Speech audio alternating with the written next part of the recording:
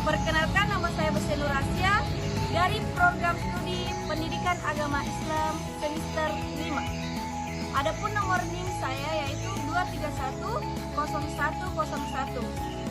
Adapun saya ingin melaksanakan salah satu video untuk terkait MIT semester saya dari mata kuliah bimbingan dan konseling dari dosen pengampu yaitu Gurta Bu Besya Mutmainah SPD MPD.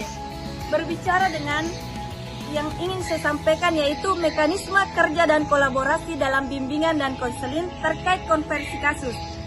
Berbicara tentang konversi kasus merupakan salah satu metode bimbingan dan konseling yang melibatkan diskusi dan kolaboratif untuk memahami suatu kasus dan permasalahan yang dialami klien. Mekanisme kerja dan kolaborasi yang efektif dalam konversi kasus sangatlah penting untuk menghasilkan solusi yang konversif dan efektif.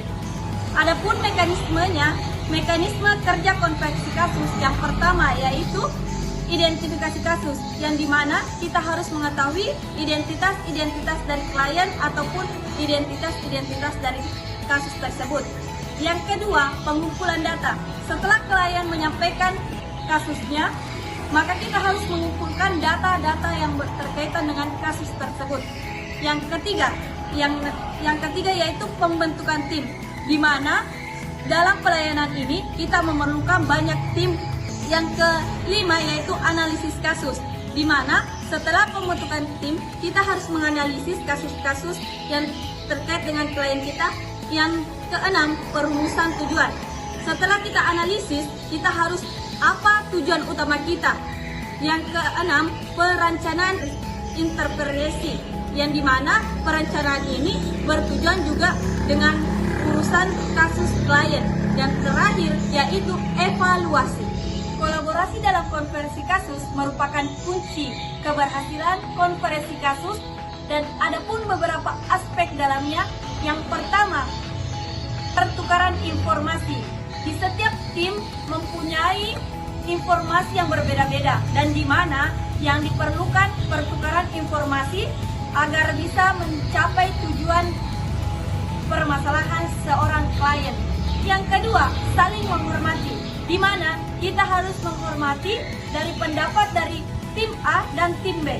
Yang ketiga, fokus pada klien. Setiap permasalahan, setiap ada informasi itu harus berkaitan pada masalah dan berfokus pada masalah klien. Manfaat konversi kasus memiliki beberapa manfaat. Yang pertama, pemahaman yang lebih memadai. Yang kedua, solusi yang komprehensif. Yang ketiga, peningkatan kualitas layanan. Dan yang terakhir, peningkatan pengembangan profesional.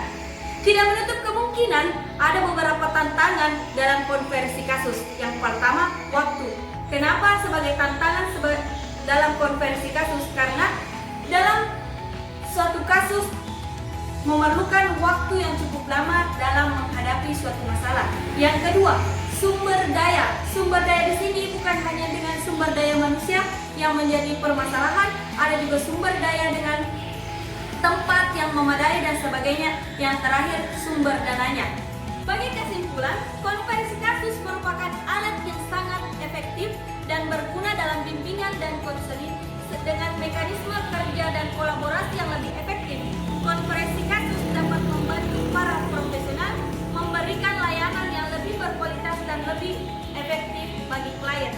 Itulah tadi sedikit penjelasan saya tentang mekanisme kerja kolaborasi terkait dengan bimbingan dan konseling terkait konversi kasus.